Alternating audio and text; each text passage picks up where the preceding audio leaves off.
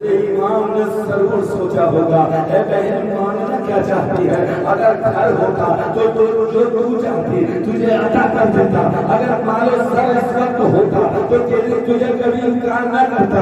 اس وقت اس کے باوجود بھی فاطمہ کا لال علی کا دلارا اپنی بہن سے عرض کرتا ہے اے میری بہن میں تو خود غریب الوطن ہوں، یہاں تو دوسرا شہر ہے، یہاں پہ دوسرا ملک ہے، یہاں پہ دوسرے لوگ ہیں اور حالات دیکھ رہی ہے، مگر اس کے بعد بھی تیرا بھائی تیری بات کو ٹالے گا نہیں، بتا تجھے کیا چاہیے۔ جناب زینب نے جب اتنا سنا کہ بھائی دینے کو تیار ہیں تو اشارہ کیا، آواز دیا اے انو محمد چلے آؤ۔ جیسے ہی پردہ ہٹا چھوٹے چھوٹے بچے ہیں، اپنے قد سے لمبی تلواریں ہیں تو لے کے بارگاہ حسین میں حاضر ہیں۔ میرے حسین فرماتے ہیں اے بہن یہ معاملہ کیا ہے؟ تو جناب زینب فرماتی ہیں میرے بھائی یہی تو میں مانگنا چاہتی ہوں، آج اس وقت جب سب اپنے سروں کو بلند کر رہے ہیں میں بھی اپنے بچوں کا سر بلند کرنا چاہتی ہوں۔ اللہ اکبر میرے پیاروں غور کرو، اس وقت میرے امام کے دل میں کتنی تکلیف ہوئی ہوگی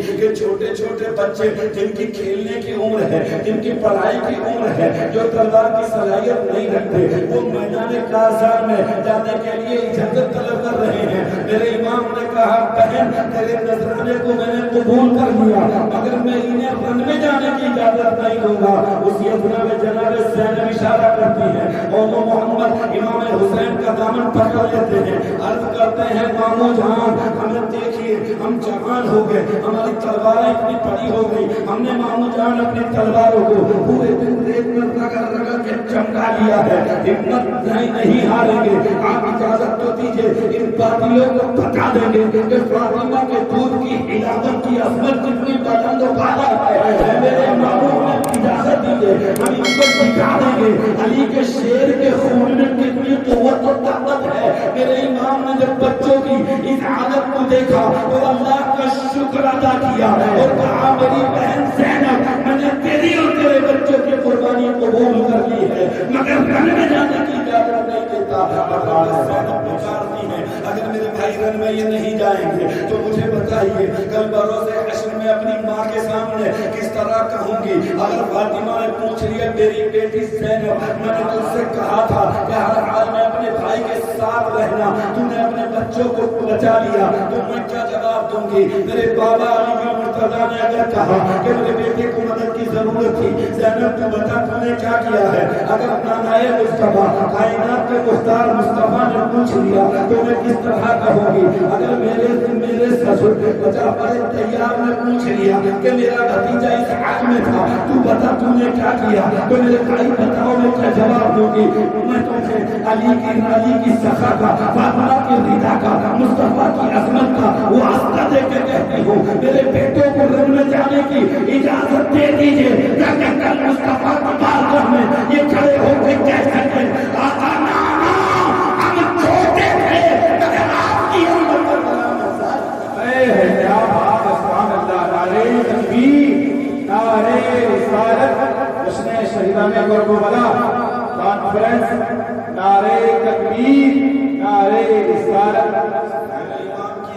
آنسو آ گئے۔ میرے امام نے کہا بہن میں ان بچوں کو کبھی بھی کربلا کی تپتی ہوئی ریت پر تلواروں کے سائے میں نہ بھیجتا، لیکن تو نے مصطفیٰ کا واسطہ دے کر مجھے مجبور کر دیا، میں تیری بات کو ٹال بھی نہیں سکتا، اب جو رب کی رضا وہ میری رضا، اگر تو بھیجنا چاہتی ہے تو بھیج دے۔ جناب زینب اپنے محمد بچوں کو ساتھ میں لے کر یہ پڑھا کے لائی تھی کہ جب ماموں کے سامنے ہو تو تلوار اٹھانا، تلوار لہرانا اور تلوار اٹھا کر دکھانا تاکہ تمہارے ماموں تمہیں اجازت دے دے۔ ان بچوں نے وہی کیا، لیکن وہ تو بچے تھے، تلوار کبھی چھوئی نہیں، تلوار کبھی چلائی نہیں، تلوار کبھی اٹھائی نہیں، وہ تو صرف ماں کی رضا کے لیے، اپنی ماں کا دل رکھنے کے لیے، اپنی ماں کے حوصلے کو بلند کرنے کے لیے، ماں کے کہنے پر جتنا ماں نے پڑھا دیا اتنا ماموں کی بارگاہ میں پیش کر دیا۔ اور وہ ماں کتنی عجیب ہے، اللہ اکبر، جس نے بھائی کا لاشا دیکھا، جس نے بھتیجے کا لاشا دیکھا،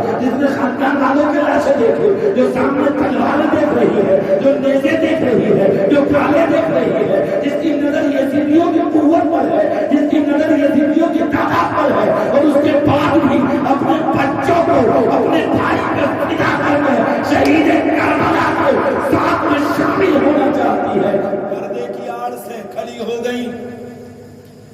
اور کہا میرے بیٹوں محمد جاؤ. دونوں شہزادے تلواریں لہراتے ہوئے جانتے نہیں تھے کس طرح چلانا ہے، مگر پھر بھی ہاتھ میں ہے. یزیدیوں کے سامنے کھڑے ہو گئے. اگر کوئی 60 کل والا ہوتا تو کہتا بیٹو تم کیوں آئے ہو، تم تو بچے ہو، واپس چلے جاؤ. لیکن جس قوم کے دل پہ اللہ نے ظلم کی مہر لگا دی ہو، وہ بچے اور بوڑھا کیا دیکھے، وہ تو صرف ظالم ہے تو ظالم ظلم پر ہی اتلا ہوا ہے. فوراً ابن سعد پکار اٹھا، اے بچے تم کون ہو؟ کہا تجھے اس سے کیا مطلب کون ہے؟ ہمیں دیکھ ہم علی کے شیر ہیں، یہ نہ دیکھ کے ہم بچے ہیں، یہ دیکھ کے ہم مصطفیٰ کے. دونوں نے جملے بولے کہ یہ نہ دیکھ کہ ہم بچے ہیں، یہ دیکھ کہ یہ ہمت ہو تو تلوار اٹھا سامنے آ. کہنے لگا جانتا ہوں تم جعفر طیار کے پوتے ہو، زینب کے بیٹے ہو. کہنے لگا پھر جانتا ہے تم بات کرنے کی کیا ضرورت، تلوار اٹھا میدان میں ہے.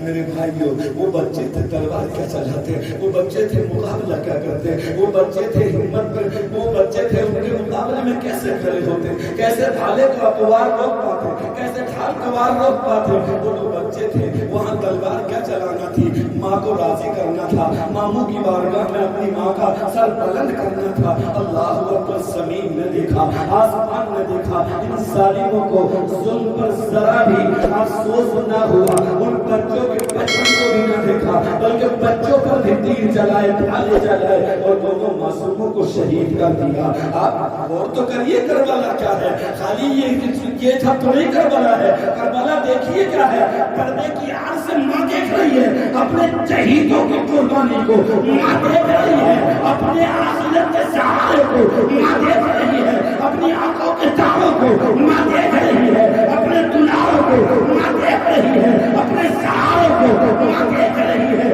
ان معصوموں کو کہ تلوار کیا اٹھانی ہے. وہ تو ماں کی رضا کے لیے اس زندگیوں کے سامنے ہے تاکہ اللہ راضی ہو. کیا بات ہے، بے شک حق کا صفحہ. تلوار چلی، معصوم زمین پہ آئے، کوئی پکارا حسین اپنے بھانجوں کو اٹھا لو. میرے امام خیموں کی رن کی طرف چلے اور اون و محمد دونوں کو اپنے ایک ایک کندھے میں لگا لیا، اٹھا لیا. اور جب اٹھا کے خیموں کی طرف چلے، جو ماں پردے کی آڑ سے دیکھ رہی تھی، جب بھیج رہی تھی تو دختر علی کا رنگ تھا. جب تیار کر رہی تھی تو دختر علی کے رنگ میں تھی، اور جب پردے کی آڑ سے دیکھ رہی تھی تو دختر علی کا رنگ تھا. مگر جب اون و محمد کی لاشیں آئی تو ایک ماں دیکھ رہی تھی.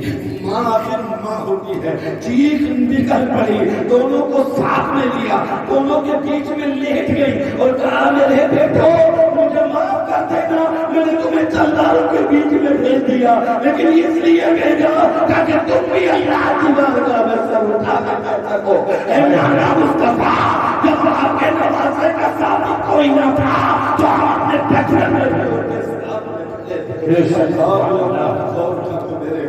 جناب زینب ہے.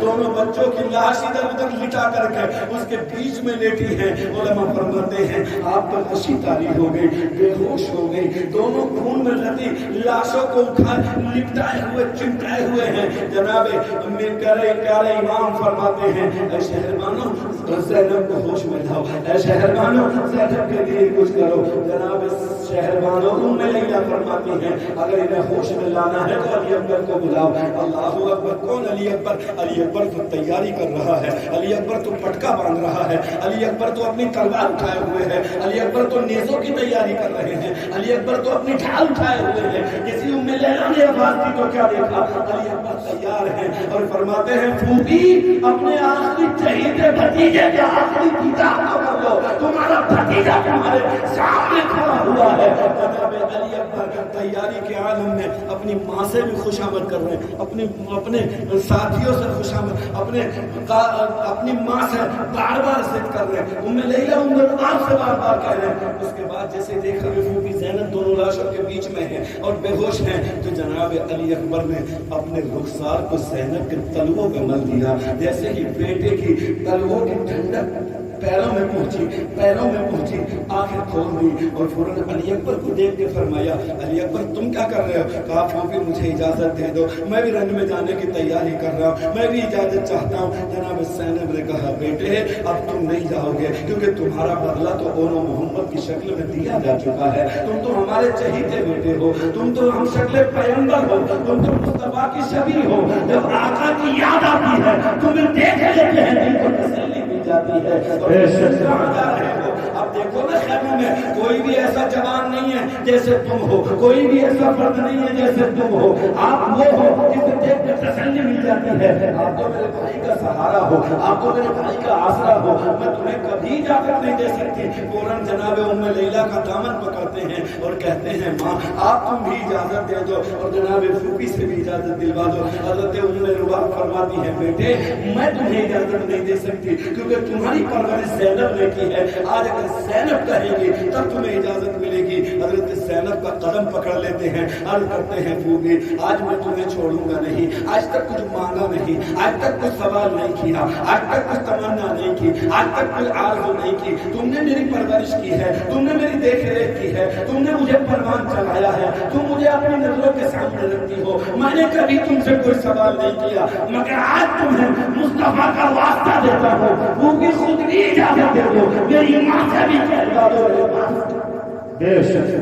تاریخ کے اسی زمین پر ایک موقع وہ بھی آیا تھا کہ جب باپ بیٹے سے کہہ رہا تھا بیٹے بتا میں نے رب کی بارگاہ سے خواب دیکھا ہے تجھے ذبح کرتا ہوں تو بتا تیری مرضی کیا ہے۔ ایک وقت وہ تھا کہ باپ بیٹے سے پوچھ رہا تھا، ایک وقت یہ ہے کہ بیٹا باپ سے پوچھ رہا ہے، ایک وقت وہ آیا تھا کہ جب باپ تیار ہو گیا ذبح کرنے کو، ماں تیار، بیٹا تیار ہو گیا ذبح ہونے کو، تو باپ نے ہی سوچا تھا کہ گھر سے باہر لے جائے، کہیں ایسا نہ ہو کہ اس کی ماں کی نظر اس پہ پڑ جائے اور وہ بیچ میں آڑے آ جائے۔ اور ایک وقت یہ ہے کہ ماں سامنے ہے، بہن سامنے ہے، پھوپھی سامنے ہے، خاندان والے چھوٹے چھوٹے بھائی سامنے ہے، سب کو سامنے دیکھنا ہے۔ ایک وقت وہ تھا کہ جناب ابراہیم قربان کرنے کو، اسماعیل قربان ہونے کو تیار ہوئے تو جناب اسماعیل نے کہا تھا اے بابا آنکھوں سے پٹی باندھ لینا، کہیں ایسا نہ ہو کہ میرے خون کے قطرے گرتے ہوئے آپ کو احساس ہو جائے اور آپ کو محبت والی آ جائے، آپ کے ہاتھ کانپ جائیں،